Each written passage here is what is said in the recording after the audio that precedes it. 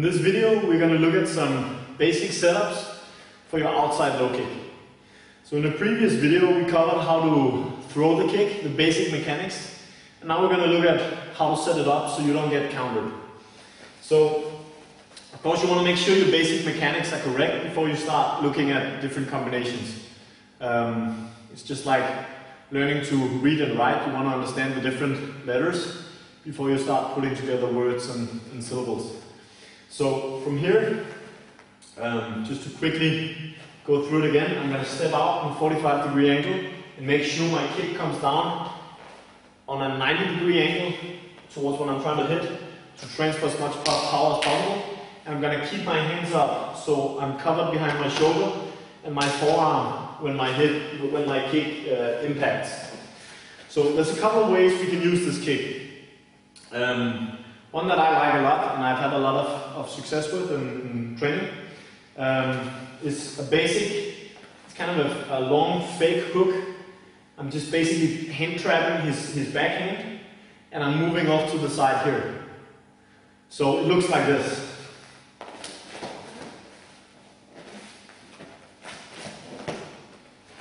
So this is really good because it pretty much takes away his rear hand. The main danger for me here, of course there's also the takedown, but that's kind of a different area.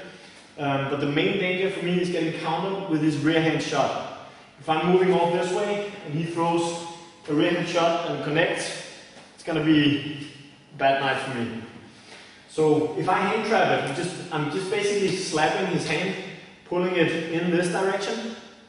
If I do that, at the same time, it's going to be very, very hard for him to catch me with a shot. So it's kind of like the same mechanics as throwing a jab, but instead of jabbing here, I'm just kind of slapping like this. So this basic hand trap it's good for a lot of things, but for landing a kick, it's really, really good. So again, from here, hand trap, and I'm going to step off and impact, like we talked about, right on the side here, where the quadriceps doesn't cover the nerves. So once again here, hand trap, of course this hand is up, my shoulder is up, and I'm stepping off in the 45-degree angle, landing the kick here, coming back to my fighting stance. Another option that's really hard for people to defend, but sacrifices a bit of power, is to throw a fake rear hand shot and then kick behind that. So basically what I want to do is, I'll show it, then I'll talk you through it afterwards. So it looks like this. Like that. So basically I'm extending the punch almost, it doesn't matter if you touch down, that's okay.